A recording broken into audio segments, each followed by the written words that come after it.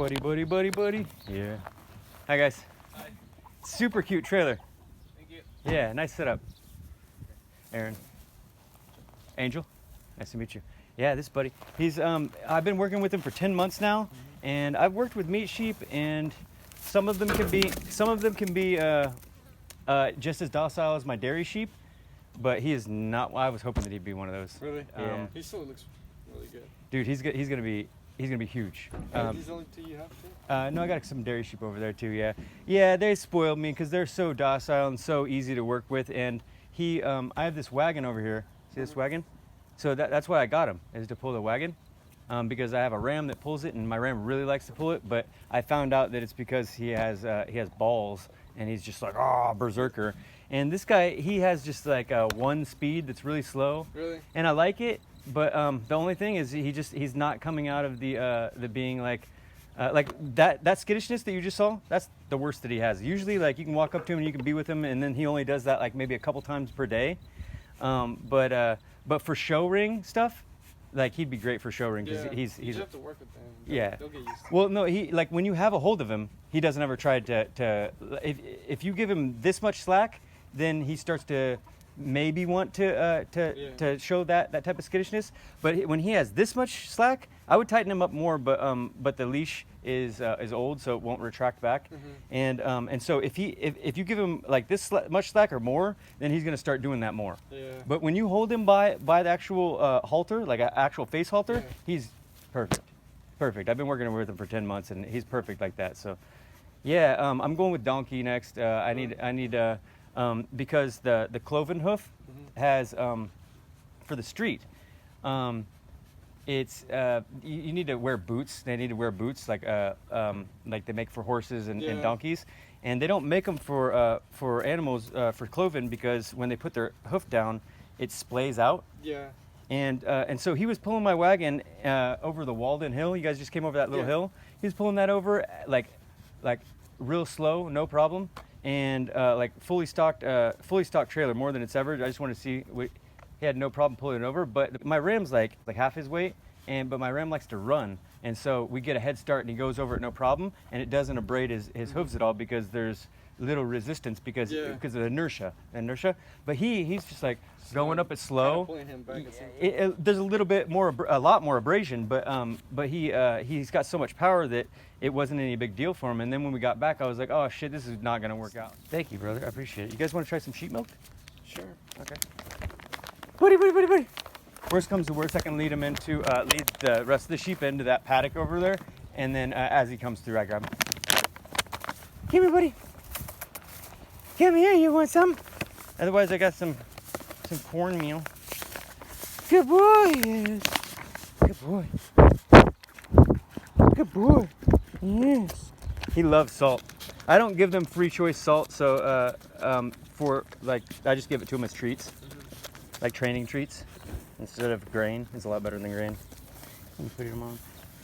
What is this? Whoa. It's all right. It's all right, buddy. See how this one goes. The light colored one goes across the bottom, and this one goes across. We plan on giving him for a while, actually. Cool. That's what I was looking for the longest time, but it just I'll keep on sending you pictures. That would be had great. For a few years. That would be great. I love it when people send me pictures of the lambs and stuff that we were home. Good boy, buddy. Yeah, this is a cool little trailer, man. I like it. It's a lot easier to handle. Perfect size for him. You ready, buddy? I've never tried to load him up on anything. Yeah. I need a push. Good boy. Oh, wow. That was easy. Good boy, my buddy. Not my buddy anymore. You're there, buddy. You're awesome, dude. This is gonna be so much better, because he really needs, like I live 24/7 with my animals, so they really need to be a lot more like the dairy sheep. There goes Buddy. Junior and Angel, two Mexican boys. They look like they were like 18 years old or something like that, and they got several Suffolks. Are you saying bye to Buddy? And they're gonna give him a forever home. That took so long to find Buddy a forever home. Now, next stage in the evolution of this grand dairy mobile dairy experiment, mobile farm handing experiment is to try out donkeys, dairy donkeys. Next step is to get a donkey to pull the wagon, pull the dairy wagon. I was just gonna have one male donkey, start with one male donkey and at least just one female, so I could start to try to figure out if they are more viable to milk. Their milk is supposed to be more nutritious than sheep milk, and it's supposed to be closer to human milk than even sheep milk. And it's also supposed to have some kind of chemical in it that is that's not in any other type of milk. That's supposed to be pretty medicinal. It's really good for allergies and autoimmune symptoms. It also has, donkey milk has like 20 times or 40 times more vitamin C than cow milk, which cow milk has more vitamin C than sheep milk. Sheep milk has literally no vitamin C. So I'm really interested in getting into this dairy donkey angle for the vitamin C, because vitamin C is one of the vitamins that you need regularly, that your body uses up regularly, that yeah, it's like one of the main vitamins. And yeah, oranges aren't growing everywhere, so vitamin C would be a really good survival thing to have in a shit hitting the fan scenario. And also donkeys are more efficient converters than sheep. Donkeys are the most efficient livestock to raise, as far as like not needing supplement, and they can thrive on the most deserty property. And meat sheep are the second most efficient. Dairy sheep are quite a bit less efficient than meat sheep, though. They really like to have their diversity and like to have more lush graze. So I'm really interested to get into these, get into learning about dairy donkeys. This is going to be interesting. Oh my God, that feels so much better having one less sheep. I swear, like as soon as you get above 4 sheep, it really starts to exponentially get more chaotic feeling. And especially if you have to tether out multiple of those sheep. Like my ram, I have to tether him out so he doesn't run the girls around.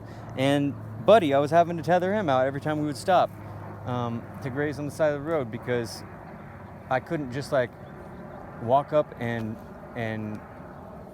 grab him and walk him back to the wagon to tether him up and load him up when it was time to go, like the other ewes, because he was skittish, and I had to like pretty much beg him to like let me approach him at a reasonable rate. I had to like beg him with a treat or something like that. Otherwise, I had to take my time and like be really slow and make sure that I didn't spook him when I was walking up to him, and it was just not feasible, because sometimes you really need to go in a hurry. I mean, if an emergency happened, that would just exacerbate the difficulty of grabbing his halter and loading him up, so to speak. So he just was not working out despite all my efforts. So they are going to work with him as a pet, and with Angel was working with 4-H. So Angel's going to be using him for 4-H, and they're going to send me pictures regularly of him in shows and stuff. This is going to be super exciting. I can't wait. I'm so grateful. I'm so grateful. Good sheep. Yeah.